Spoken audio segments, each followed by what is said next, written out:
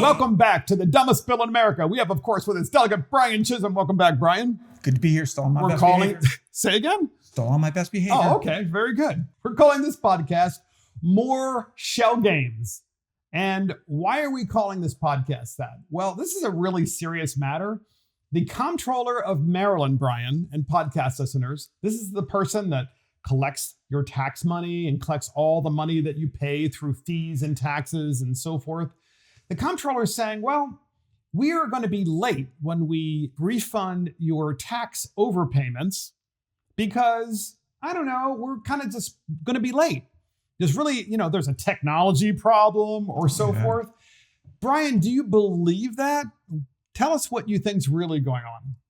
It's budgetary constraints. That's what they said. Budgetary constraints. I think it's a shell game. Look, and we've seen this, and this is not the first time I've seen this where people are saying the comptroller's office owes me money, but they're not paying me. Well, I think what they're doing is they're continuing to move money around. And look, they're trying to get through this election again. The bottom line is, and you and I know this, there's not enough money. We're looking at a multi-billion-dollar deficit again next year based on projections. So if the projections don't hit, we just don't have the money. And let's talk about what this is. This is taxpayers who have sent their hard-earned money into the comptroller's office. Yes. And now we're telling those taxpayers, we can't send it to you. So withholding taxes are going into the comptroller's office. You have an overpayment after 12 months of paying in. You have to wait all this time to get that overpayment back. And now they're like, you have to wait more time because they're using your money to pay for bills that the state has basically made, but the state doesn't have enough money coming in to do it. So you're loaning the state money against you. It should be interest. The new and Discover, penalties. Yes, right. The new Discover credit card will be in the mail soon. They're all waiting by the mailbox. We need another line.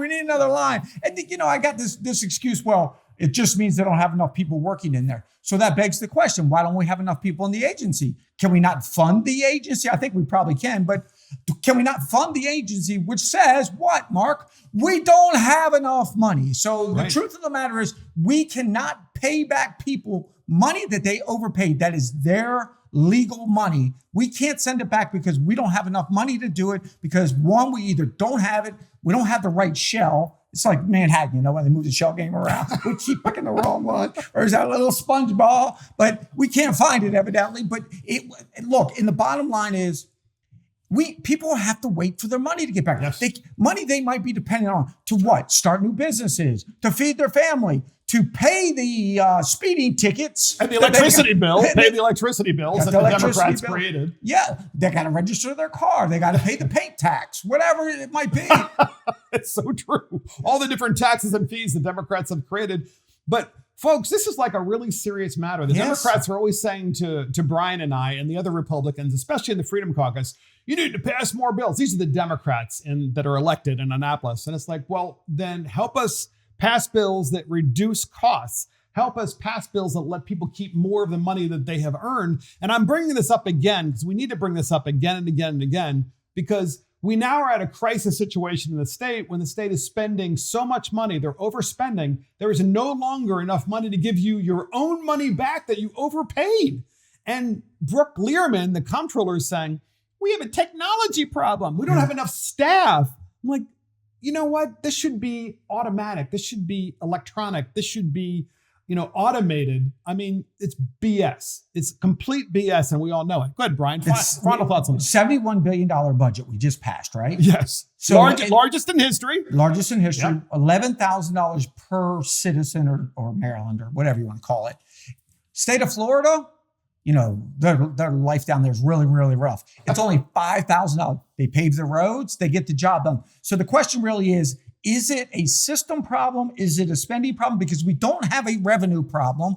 Obviously, we overpaid. We just can't pay you back. But $71 billion.